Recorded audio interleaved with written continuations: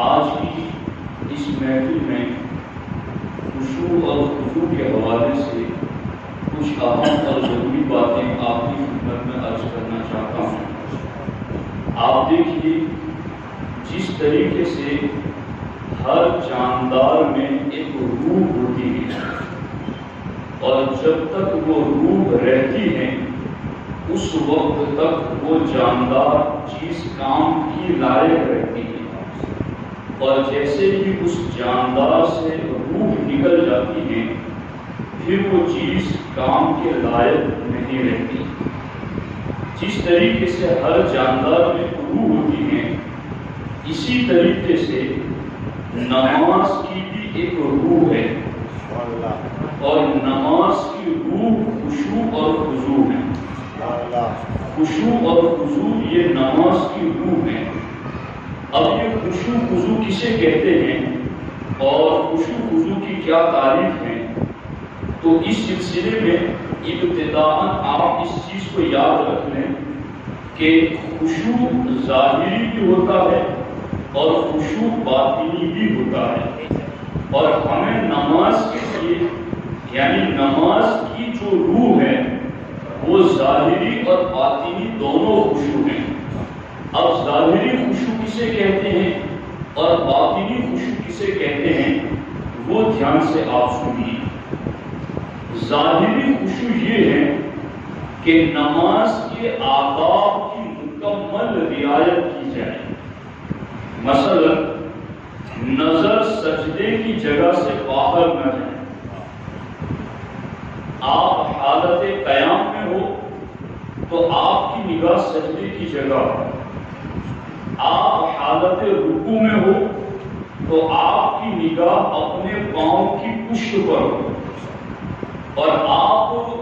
قعدے میں بیٹھے ہو تو آپ کی نگاہ اپنی گود میں ہو، اور آپ سجدے کی حالت میں ہو تو آپ کی نگاہ اپنی ناکوں پر ہو۔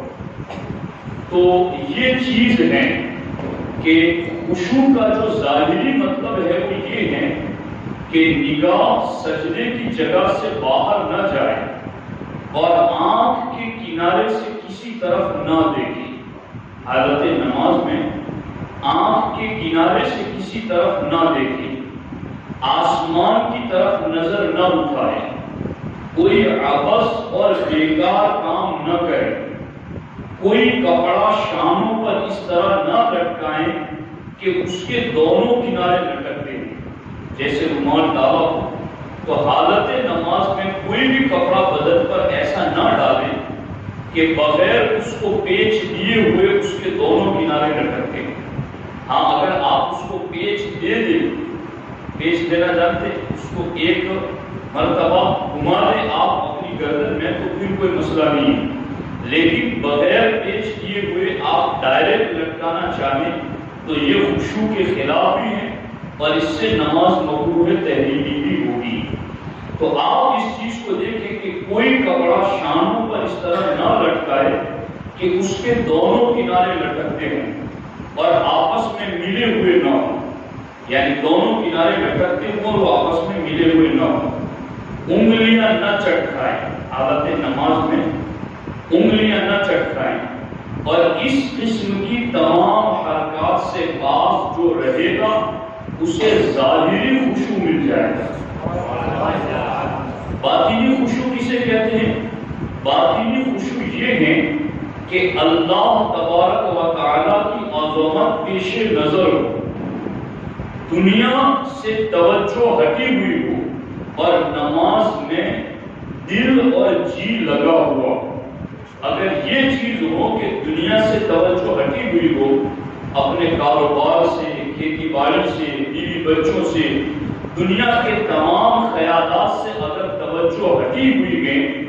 اور اللہ رب العزت کی قدرت اور اس کی شان کے آگے ہمارا پورا دھیان لگا ہوا ہے، اگر کوئی بندہ اس طریقے سے نماز پڑھے گا تو اسے باطنی خشوع بھی میسر آ جائے گا۔ تو اب یہ دیکھو اللہ نے جس نمازی کی نماز کو سراہا ہے وہ وہی نماز ہے جو خشوع خضوع کے ساتھ ادا کی جاتی ہے، یعنی یقیناً ایمان والے فلاح کو پہنچے، کامیابی کو پہنچے، مراد کو پہنچے۔ کون ایمان والے؟ الذین هم فی صلاتهم خاشعون، وہ ایمان والے جو خشوع و خضوع کے ساتھ نماز ادا کرتے ہیں۔ سبحان اللہ، سبحان اللہ۔ یعنی جن کا ظاہر بھی شریعت کے تمام احکام کے مطابق ہوتا ہے اور جن کا باطن بھی دنیا سے ہٹ کر اللہ کی طرف لگا رہتا ہے، ایسے ایمان والے جب ایسی نماز پڑھتے ہیں تو اللہ انہیں کامیابی عطا فرماتا ہے۔ سبحان اللہ، سبحان اللہ۔ اب دیکھو اس سلسلے میں کہ کبھی کبھی ہمیں یوں لگتا ہے کہ ایک ہی صف میں ہم نماز پڑھ رہے ہیں، مگر ہمارے ساتھ جو کھڑا ہے ہمیں احساس نہیں ہے کہ وہ کس لگن کے ساتھ پڑھ رہا ہے، کس خشوع و خضوع کے ساتھ پڑھ رہا ہے۔ بظاہر حرکات ایک جیسی ہوتی ہیں، مگر خشوع و خضوع کی فراوانی اور زیادتی کی وجہ سے ان دو کی نمازوں میں آسمان و زمین جتنا بھی فرق ہوتا ہے۔ جیسا کہ بزرگان دین نے لکھا ہے، ان الرجلین لیکونان فی الصلاۃ، کہ یقیناً دو آدمی نماز میں ہوتے ہیں، وَإِنَّمَا بَيْنَهُمَا كَمَا بَيْنَ السَّمَاءِ وَالْأَرْضِ، حالانکہ ان دو آدمیوں کی نمازوں میں اتنی دوری ہوتی ہے جتنی آسمان و زمین کے درمیان فاصلہ ہوتا ہے۔ تو کیا پتہ چلا؟ حقیقت میں نمازوں کی بلندی اور نمازوں کی قبولیت جو اللہ رب العزت کی بارگاہ میں ہے وہ خشوع و خضوع پر ہے۔ حالانکہ ہمارے علماء نے لکھا ہے کہ خشوع و خضوع میں اگر کمی رہے گی تو بھی فرض ادا ہو جائے گا، مگر جو قبولیت کا کمال ملنا چاہیے، جو نماز کا کامل نور ملنا چاہیے، بندہ اس سے محروم رہ جاتا ہے۔ اس کو آپ یوں بھی سمجھ سکتے ہیں کہ آپ کا ایک عزیز ترین دوست ہے اور آپ اس کو کوئی تحفہ بھیجنا چاہتے ہیں۔ مثال کے طور پر آپ نے اس کو گوشت تحفے میں بھیجا، یا آپ نے اس کو گلوں کا گلدستہ تحفے میں بھیجا، مگر ساتھ میں یہ بھی آپ نے لکھ دیا کہ یہ جو گوشت ہے وہ مرے ہوئے جانور کا ہے جو میں نے آپ کی خدمت میں تحفہ بھیجا ہے، یا آپ نے جو گلوں کا گلدستہ بھیجا وہ بالکل مرجھایا ہوا، کملایا ہوا وہ بھیجا۔ مجھے آپ بتائیں، اگر یہ گوشت اور یہ گلدستہ ہم نے اگر اپنے کسی عزیز کو تحفے میں بھیجا تو کیا یہ ہم امید کر سکتے ہیں کہ وہ ہم سے خوش ہوگا، وہ ہم سے راضی ہوگا؟ تو پھر نماز بھی تو بارگاہ رب العزت میں مومن کی جانب سے تحفہ ہی تو ہے، اور پھر وہ تحفہ ایسا ہو کہ بندے کی حرکتیں ٹھیک نہ ہو، اس کی طہارت ٹھیک نہ ہو، اس کی قرات ٹھیک نہ ہو، اس کا سجدہ ٹھیک نہ ہو، اور اس کا دل اس وقت اللہ کی بارگاہ کی طرف جھکا ہوا نہ ہو، تو پھر یہ وہی عالم ہوگا کہ آپ تحفہ تو بھیجنا چاہتے ہیں مگر وہ گملایا ہوا پھولوں کا گلدستہ، جس سے بندہ خود مطمئن نہیں ہے کہ سامنے والا مجھ سے خوش ہوگا، تو پھر بارگاہ رب العزت میں اگر بندہ تحفہ بھیجے تو پھر کیسا بھیجنا چاہیے؟ اسی لیے ہمارے نبی صلی اللہ علیہ وسلم نے فرمایا کہ بعض نماز پڑھنے والے ایسی نماز پڑھتے ہیں کہ جب ان کے سروں سے بلند ہوتی ہیں تو سیاہ کپڑے میں لپیٹ کر انہی کے منہ پر مار دی جاتی ہے۔ تو یہ وہ نماز ہے جو ظاہری اور باطنی خشوع خضوع سے جس بندے کی نماز محروم رہتی ہے اور حرکات شریعت کے بتائے ہوئے طریقے کے خلاف ادا کرتا ہے تو پھر وہ اس چیز سے محروم رہتا ہے۔ اس سلسلے میں آپ اس چیز کو دیکھیں کہ صحابہ کرام رضوان اللہ تعالی علیہم اجمعین جب وہ نماز ادا کرتے تو ان کی نمازوں کی کیا کیفیت ہوتی اور وہ کس طریقے سے نماز پڑھا کرتے تھے۔ حضرت عبداللہ ابن عمر رضی اللہ تعالیٰ عنہ فرماتے ہیں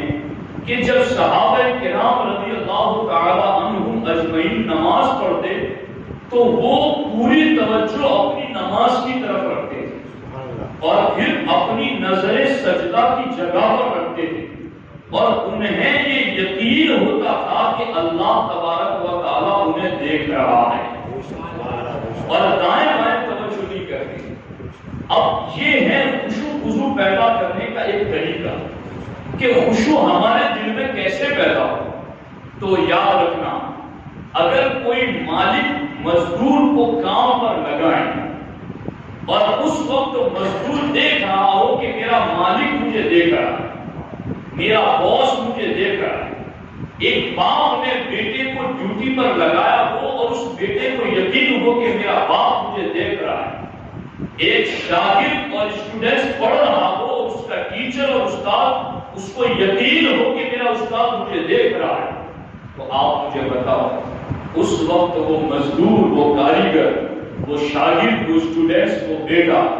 کیا کام کرنے میں کوئی کمی رکھے گا؟ کیا کام کرنے میں کوئی غفلت اور کوتاہی برتے گا؟ اس لیے کہ جب بندے کو یہ یقین پیدا ہو جائے کہ میری نگرانی کرنے والا مجھے دیکھ رہا ہے، تو یہ دیکھنے کا تصور ہی بندے کو اس کام میں مخلص بنا دے گا، اس کام میں بندے کو غفلت اور سستی سے بچا لے گا. کیا ہمارے نبی نے ہمیں یہ نہیں کہا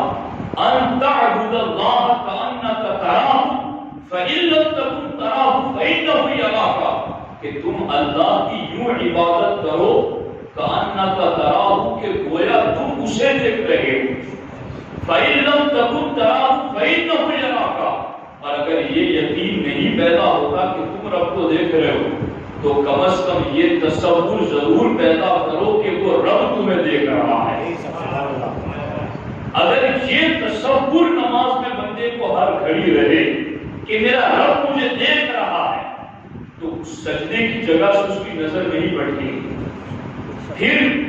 تکبیرات میں جو پڑھنا ہے اس سے اس کی نظر نہیں بڑھے گی. پھر اس کا دل بھی کبریائی کی طرف جھکا رہے گا. پھر اس کا دل اللہ رب العزت کی بارگاہ میں عظمت و شان کے سامنے جھکا ہوا نظر آئے گا. جب اس کے دل میں یہ تصور ہوگا کہ میرا رب مجھے دیکھ رہا ہے. اصل معاملہ ہی یہاں آ کر مشترک ہوتا ہے. میں آپ کو کیا بتاؤں، ہم جو مسلمان ہیں، ہمیں تو صرف نماز میں نہیں، ہمیں تو ہر حال میں یہ کہا گیا کہ تمہیں تمہارا رب دیکھ رہا ہے. تم کھیتی باڑی کر رہے ہو، تم دکان پر کام کر رہے ہو،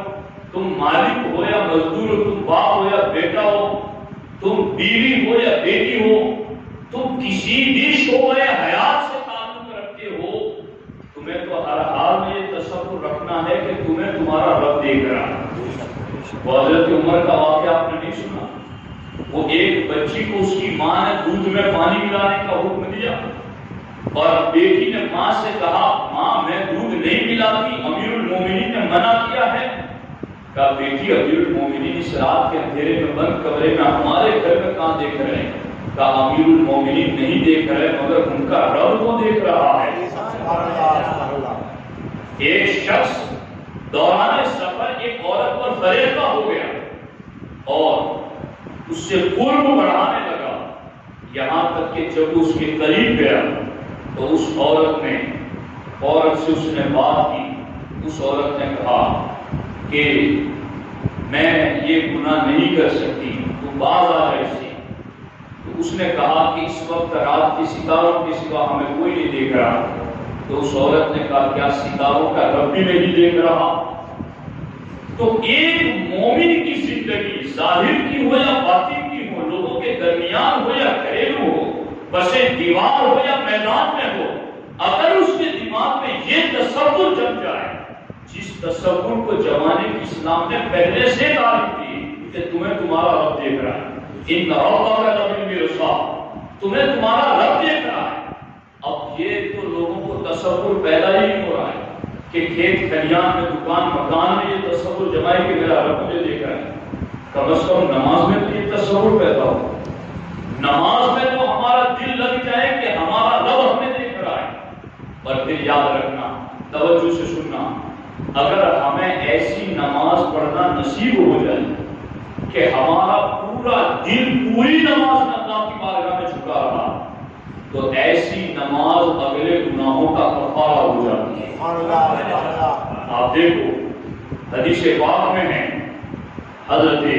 سیدنا عثمان غنی رضی اللہ تعالیٰ عنہ فرماتے ہیں کہ میں نے اللہ کے رسول علیہ السلام کو فرماتے ہوئے سنا، ما من امرئ مسلم تحضره صلاة مکتوبۃ فیحسن وضوءها وخشوعها ورکوعها الا كانت کفارۃ لما قبلها من الذنوب ما لم یأت کبیرۃ وکذلک الدہر کلہ۔ سرکار عالم صلی اللہ علیہ وسلم نے فرمایا، جس مسلمان شخص پر فرض نماز کا وقت آ جائے اور وہ اس نماز کا وضو اچھی طرح کرے، پھر نماز میں اچھی طرح خشوع اور رکوع کرے، رکوع بھی اچھی طرح کرے اور خشوع کے ساتھ نماز ادا کرے، تو وہ نماز کیا ہوگا؟ الا كانت کفارۃ لما قبلها من الذنوب، تو سوائے کبیرہ گناہوں کے اس کے پہلے سارے گناہوں کا وہی نماز کفارہ بن جاتی ہے۔ وہ 2 رکعت نماز اس کے گناہوں کا کفارہ بن جاتی ہے۔ وَكَذَلِكَ الدَّهْرُ كُلُّهُ، اور یہ سلسلہ ہمارے نبی فرماتے ہیں ہر زمانے میں جاری رہے گا۔ ایسا نہیں ہے کہ حضور کے سامنے یہ حکم بتایا تو انہیں کے لیے سرکار فرماتے قیامت تک میرا یہ فرمان جاری رہے گا کہ جو اس پر عمل کرے گا وہ اسی ثواب پائے گا، کفارۃ لما قبلها، کہ اس کی یہ نماز اس کے صغیرہ گناہوں کا کفارہ بن جائے۔ لیکن یاد رکھو، اگر خشوع اور خضوع نہ رہا تو پھر کیا معاملہ رہے گا؟ اس سلسلے میں بھی صحابہ کرام رضوان اللہ تعالیٰ علیہم اجمعین اور تابعین سے بڑی روایتیں مشہور ہیں۔ حضرت سیدنا عمر فاروق اعظم رضی اللہ تعالیٰ عنہ فرماتے ہیں، ان الرجل لتشیب عارضہ فی الاسلام۔ حضرت عمر کیا فرماتے ہیں کہ آدمی کی داڑھی سفید ہو جاتی ہے اسلام میں، اسلام کی حالت میں، مسلمانی کی حالت میں آدمی کی داڑھی سفید ہو جاتی ہے۔ وما اکمل اللہ له صلاۃ، مگر اس کی ایک نماز بھی کامل نہیں ہوتی، اس کی داڑھی سفید ہو جاتی ہے، یعنی اتنی عمر گزار دیتا ہے اسلام میں، مگر پھر بھی اس کی ایک نماز بھی مکمل نہیں ہوتی۔ تو پوچھا گیا قیل وکیف ذاک، اے امیر المومنین یہ کیسے ہو سکتا ہے؟ پوری زندگی اسلام میں گزار دی، نمازیں پڑھتا رہا، داڑھی سفید ہو گئی مگر اس کی نماز کامل نہیں ہوئی۔ تو حضرت عمر فاروق اعظم رضی اللہ تعالیٰ عنہ فرماتے ہیں لا یتم خشوعها، کیونکہ نماز میں اس کا خشوع کامل نہیں ہوتا۔ خشوع کسے کہتے ہیں میں نے بتا دیا، کیونکہ نماز میں اس کا خشوع کامل نہیں ہوتا۔ ولا تواضعها، اور نماز میں اس کی انکساری اور عاجزی میں کمال نہیں آتا۔ ولا اقبالہ علی اللہ فیہا، اور نماز میں اس کا پورا دھیان اللہ کی بارگاہ میں نہیں لگتا۔ تو جس کی پوری توجہ نماز میں نہیں لگتی، جس کو کامل تواضع اور انکساری اللہ کی بارگاہ میں نماز میں میسر نہیں، اور جس کا خشوع کامل نہیں ہوتا، حضرت عمر فاروق اعظم رضی اللہ تعالیٰ عنہ فرماتے ہیں ایسے شخص کو کمال نماز کا نور ہی نہیں ملتا ہے۔ اب ہم کیا جانتے ہیں کہ ہم اتنے سال سے نماز پڑھتے ہیں، مولانا آپ نے ہی حدیث پاک پڑھ کر سنایا تھا کہ نمازیں پڑھیں گے تو رزق میں برکت ہوگی، نمازیں پڑھیں گے تکلیفیں دور ہوگی، نمازیں پڑھیں گے تو یہ سب کچھ فائدہ دنیا آخرت کا سارا کچھ ہوگا۔ ہم تو پڑھ رہے ہیں مگر ہمیں تو فائدہ ہی نہیں مل رہا ہے۔ تو ساتھیوں، اگر ایسا ہوتا ہے آپ کے ساتھ تو ان حدیثوں پر شک نہ کرو، اپنے عمل پر شک کرو کہ ہمارے عمل میں کیا کمی رہ گئی کہ حضور کی بتائی ہوئی بشارت ہمیں نہیں مل رہی ہے، ہم اس فضیلت کے مستحق نہیں بن رہے۔ ضرور ہم میں کوئی کمی ہے اس عمل کے اندر، اگر وہ کمی دور ہو جائے گی تو حضور کا فرمان سچا ہے، جو نماز پڑھے گا اس کے گناہوں کا کفارہ بھی ہوگا اور دنیا اور آخرت میں نماز اس کی کامیابی کی ضمانت بھی بن جائے گی۔ اب دیکھو یہاں حضرت سیدنا سعید بن مسیب رضی اللہ تعالیٰ نے ایک آدمی کو دیکھا کہ وہ حالت نماز میں اپنا ہاتھ ادھر ادھر کر رہا ہے۔ اب یہاں شرعی مسئلہ بھی آپ سن لیں، اگر واقعی میں آدمی کے جسم پر کوئی ایسی چیز ہے کہ اس کا دھیان اس طرح بڑھ رہا ہے، کوئی چیز کاٹ رہی ہے یا اس کو کھجلی پیدا ہو رہی ہے اور اس کو نہیں کھجالے گا تو اس کی پوری نماز ہی میں اس کا دھیان دوسری طرف چلا جائے، تو شریعت حکم دیتی ہے کہ وہ ہاتھ اٹھا کر ایک مرتبہ یا 2 مرتبہ اس کو کھجال دے اور پھر عمل کثیر نہ ہو، یعنی ایسا کام 2 ہاتھ چھوڑ کر نہ کرے یا 1 ہاتھ چھوڑ کر کے بھی اتنی بار نہ کرے کہ باہر والا بندہ یہ سمجھے کہ یہ نماز میں نہیں ہے، ایسا نہ کرے۔ تو شرعاً اس کی اجازت ہے کہ بندے کو واقعی میں جسم پر اگر کوئی ایسی تکلیف ہے تو 1 ہاتھ چھوڑ کر کے وہ اس کو کھجا سکتا ہے، لیکن عادت بنا لے یا بغیر کسی ضرورت کے بھی 2 ہاتھ چھوڑ کر، کئی لوگوں کو یوں دیکھتے ہیں کہ وہ رکعت پکڑنے کے شوق میں جلدی آتے ہیں، ان کی آستینیں دونوں چڑھی رہتی ہیں اور وہ اللہ پر کہہ کے رکوع میں چلے جاتے ہیں، اور پھر اس کے بعد حالت نماز میں 2 ہاتھوں سے دونوں آستینیں، تو 2 ہاتھوں سے حالت نماز میں کوئی کام کریں گے تو یہ تو نماز ہی ختم ہو جائے گی، یہ تو عمل کثیر ہو گیا۔ تو ان ساری چیزوں کا ہمیں خیال رکھنا ہے، کیونکہ نماز اللہ کے لیے پڑھنی ہے تو ویسی پڑھنی ہے جیسے اللہ نے کہا ہے۔ اب کوئی کمپنی میں آپ کو بلائیں، آپ کمپنی میں جائیں اور اپنی مرضی سے گھومیں، وہاں کام نہ کریں، بیٹھے رہیں، تو پھر کیا فائدہ اس کا؟ الٹا آپ کمپنی سے فائدہ اٹھانے کو اس کو ناراض کریں۔ تو نماز میں بھی کہیں ایسا نہ ہو کہ ہم آتے ہیں اللہ کو راضی کرنے کی نیت سے، کہیں ایسا نہ ہو کہ ہم رب کو ناراض کر کے جائیں۔ حضرت سیدنا سعید بن مسیب رضی اللہ تعالیٰ عنہ نے ایک آدمی کو دیکھا کہ وہ اپنا ہاتھ نماز میں ادھر ادھر پھیر رہا ہے، تو آپ نے فرمایا لو خشع قلب هذا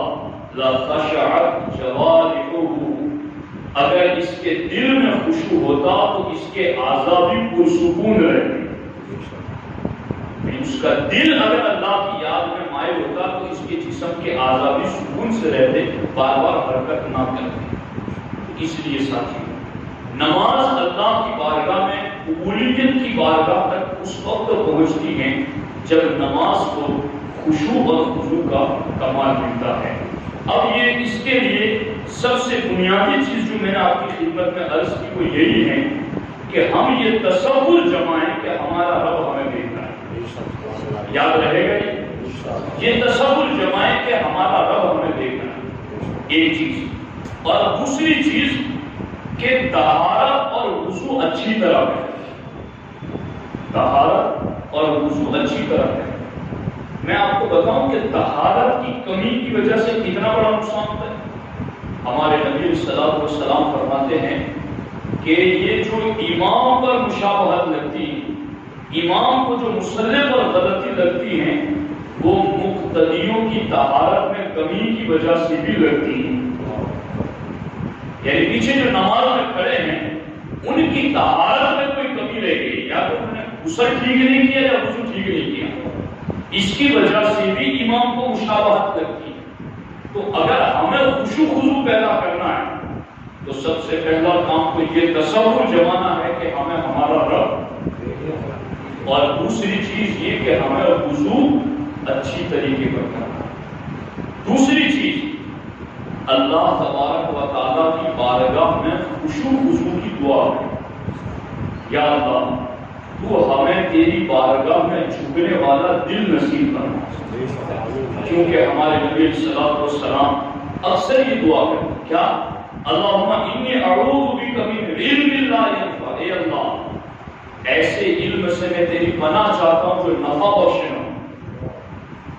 ومن قلب لا یخشع، اور اے اللہ میں ایسے دل سے تیری پناہ چاہتا ہوں جس میں خشوع نہ ہو،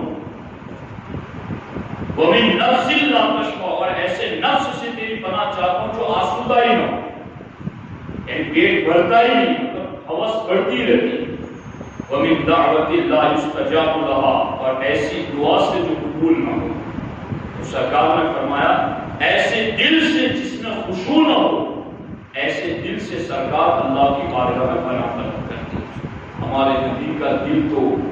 عظیم دل ہیں کہ حدیث پاک میں آیا اینا یتنامان ولا ینام قلبی، سرکار فرماتے میری آنکھیں تو سوتی ہے مگر میرا دل جاگ رہا ہوتا ہے۔ اعلیٰ حضرت فرماتے ہیں دل سمجھ سے ورا ہے مگر یوں کہوں گنچے راز وحدت الہم سلام۔ معراج کی رات جبریل نے جب سینہ شق کیا، دل نکال کر دھویا تو جبریل بھی حیران کہ واہ واہ آج تک میں نے کسی کا دل ایسا نہیں دیکھا، فیہ اذنان تسمعان وفیہ عینان تبصران، حضور کے دل میں بھی دو آنکھیں ہیں جو دیکھ رہی ہیں اور دل میں بھی دو کان ہیں جو سن رہے ہیں۔ جی تو یہ دل تو بڑا پاکیزہ اور بڑی شان ہے، مگر حضور نے یہ لفظ امت کو تعلیم دینے کے لیے استعمال کیا کہ ہم یہ دعا کریں کہ اے اللہ ہم ایسے دل سے تیری پناہ چاہتے ہیں جس دل میں خشوع نہ ہو۔ تو نماز میں خشوع پیدا کرنے کے لیے ایک عمل یہ ہے کہ ہم دعا کریں، اللہ سے توفیق طلب کریں، اور تیسری چیز ہے کہ بارگاہ الہی کی عظمت اور ہیبت اپنے دل میں بٹھائیں، اس سے خشوع خضوع پیدا ہوگا۔ چوتھی چیز یہ ہے کہ دل کو دنیاوی خیالات سے پاک کرنے کے حد تک امکان کوشش کریں۔ ہمارا کام ہے کوشش کرنا لڑنا خیالات سے، وسوسوں سے، دنیاوی خیالات سے حالت نماز ہے ہمارا کام ہے، ہمیں کوشش کرنی ہے۔ اور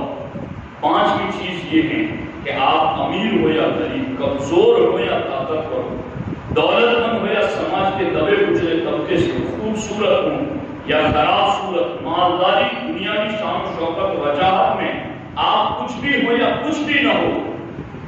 دینی ہستیوں میں آپ کا کتنا ہی بلند مقام کیوں نہ ہو، مگر جب آپ رب کی بارگاہ میں پہنچے تو سب کچھ بھول جائیں۔ اس چیز سے دل میں خشوع پیدا ہو، اپنے مرتبے، اپنی شانیں ساری مسجد کے دروازے کے گیٹ پہ چھوڑ کے آئیں، اور محض بندگی کرنے آئے ہیں تو بندہ بن کر آئیں، اس سے خشوع پیدا ہوگا۔ اس لیے کہ ہمارے آقا علیہ السلام نے فرمایا اللہ تعالیٰ تمہارے جسموں کو دیکھ کر ثواب نہیں دیتا، تمہاری صورتوں کو دیکھ کر ثواب نہیں دیتا، اللہ ثواب تمہارے دلوں کو دیکھ کر، تمہارے دلوں میں اللہ کا خوف کتنا موجود ہے۔ تو یہ ساری چیزیں اب ایک تفصیل میں روایت ذکر کر کے گفتگو ختم کرتا ہوں۔ ائمہ اہل بیت میں سے حضرت سیدنا امام زین العابدین رضی اللہ تعالیٰ عنہ کی اس روایت پر ہم گفتگو ختم کرتے ہیں۔ امام طاؤس بن کیسان علیہ رحمہ فرماتے ہیں انی لفی الحجر ذات لیلہ، فرماتے ہیں میں ایک رات حدیم کعبہ میں تھا۔ حضرت طاؤس بن کیسان فرماتے ہیں میں ایک مرتبہ حدیم کعبہ میں تھا، ایک دخل علی بن الحسین، میں نے دیکھا کہ اچانک امام زین العابدین رضی اللہ تعالیٰ عنہ تشریف لائے، فقلت، تو طاؤس بن کیسان کہتے میں نے اپنے دل میں کہا رجل صالح من اہل بیت الخیر، یہ سرکار کی اہل بیت سے ایک مرد قلندر ہے، ایک پرہیزگار شخص ہے، لَأَسْتَمِعَنَّ إِلَىٰ دُعَائِهِ اللَّيْلَ، آج میں رات کو وہ دعا کریں گے تو دھیان لگا کر سنوں گا کہ وہ کیا دعا کر رہے ہیں۔ طاؤس بن کیسان کہتے فَصَلِّ ثُمَّ سَجَدَ، انہوں نے نماز پڑھی پھر سجدہ کی، فَأَصْغَيْتُ بِسَمْعِي إِلَيْهِ، تو میں نے اپنا کان ان کی طرف لگا دیا، فَسَمِعْتُهُ يَقُولُ فِي سُجُودِهِ، طاؤس بن کیسان کہتے ہیں میں نے امام زین العابدین کو حالت سجدہ میں یہ دعا کرتے ہوئے سنا۔ کیا دعا کریں؟ دیکھو یہ بتا رہے ہیں کہ سارا کچھ گیٹ پر چھوڑ کر آؤ اللہ کی بارگاہ۔ کیا دعا کی؟ عبیدک بفنائک، اے اللہ تیرا ادنا سا بندہ تیری بارگاہ میں آیا، مسکینک بفنائک، تیرا محتاج بندہ تیری بارگاہ میں آیا، فقیرک بفنائک، تیرا مسکین بندہ تیری بارگاہ میں آیا، سائلک بفنائک، تیرا منگتا اور گدا تیری بارگاہ میں آیا۔ حضرت طاؤس بن کیسان کہتے ہیں فحافظتهن، امام زین العابدین نے سجدے میں یہ جو دعا کی تھی یہ وظیفہ بھی ہے، یاد کر لو۔ امام طاؤس بن کیسان کہتے ہیں میں نے امام زین العابدین کی حالت سجدہ کی یہ دعا یاد کر لی، فما دعوت بهن فی کرب الا فرج عنی، جب بھی میں نے تکلیف میں امام زین العابدین کی ایک کلمے سجدے میں جا کر پڑھے اللہ نے فوراً تکلیف دور فرمائی۔ تو ساتھی یہ چیزیں ہیں جن کی وجہ سے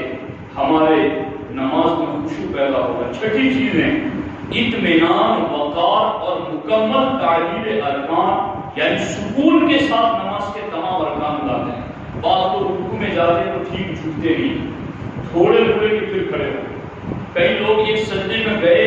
اور ٹھیک سے کھڑے نہیں ہوئے پھر سجدے میں چلے گئے۔ تو یہ تعلیل ارکان بھی واجب ہے کہ تمام ارکان کو سکون کے ساتھ ادا کیا جائے۔ ساتویں چیز یہ ہے کہ نماز میں خشوع خضوع پیدا کرنے کا ایک طریقہ یہ ہے کہ ان ولیوں کی نماز دیکھو جو خشوع خضوع کے ساتھ نماز پڑھتے ہیں، ان کے واقعات پڑھو تو تمہیں خشوع خضوع کا طریقہ ملے گا۔ تو ساتھیوں، اللہ رب العزت کی بارگاہ میں آپ آتے ہی ہیں، نمازی ہیں، پابند ہیں، اللہ ہمیشہ آپ کو نمازی رکھے، مگر ہمارا ایک درجہ آگے بڑھنا چاہیے کہ جو ہماری نمازوں میں دل نہیں لگتا، خشوع خضوع پیدا نہیں ہوتا، یہ طریقے اپنائیں، طہارت اچھی کریں، قرات اچھی کریں، اور اس کے ساتھ ساتھ اللہ ہمیں دیکھ رہا ہے اور باقی تعلیل ارکان وغیرہ سارے تصورات دل میں لائیں گے تو انشاءاللہ خشوع اور خضوع پیدا ہوگا۔ میں نے گزشتہ اجتماع میں بھی اعلان کیا تھا، نوری تربیت سینٹر پر روزانہ مغرب کی نماز کے بعد آدھا گھنٹہ تجوید کا درس چلتا ہے، جہاں قرآن مجید جتنی صورتیں آپ پڑھ رہے ہیں نماز میں، 4 صورتیں کم از کم ٹھیک کر لیجیے، 4 صورتیں جو آپ کو نماز میں پڑھنی، وقت دے کر 1 مہینہ وقت لگے گا، کم از کم ہماری زندگی بھر کی نمازیں تو صحیح ہو جائے گی۔ تو مولانا صاحب قاری صاحب روزانہ پڑھاتے ہیں، مغرب کی نماز کے بعد آدھا گھنٹہ صرف آپ کو دینا ہے۔ انشاءاللہ میں سمجھتا ہوں مہینے 2 مہینے میں آپ کی نماز، آپ کی قرات درست ہو جائے گی۔ تو آپ ہو سکے تو وقت نکال کر اپنی آخرت کو بہتر بنانے کے لیے وہاں پر آئیں، مغرب کی نماز کے بعد فوراً شرکت کریں۔ اللہ رب العزت کی بارگاہ میں دعا ہے، رب ذوالجلال ہم سب کے حاضری قبول فرمائے اور اللہ مجھے بھی کامل خشوع خضوع کے ساتھ نماز کی توفیق عطا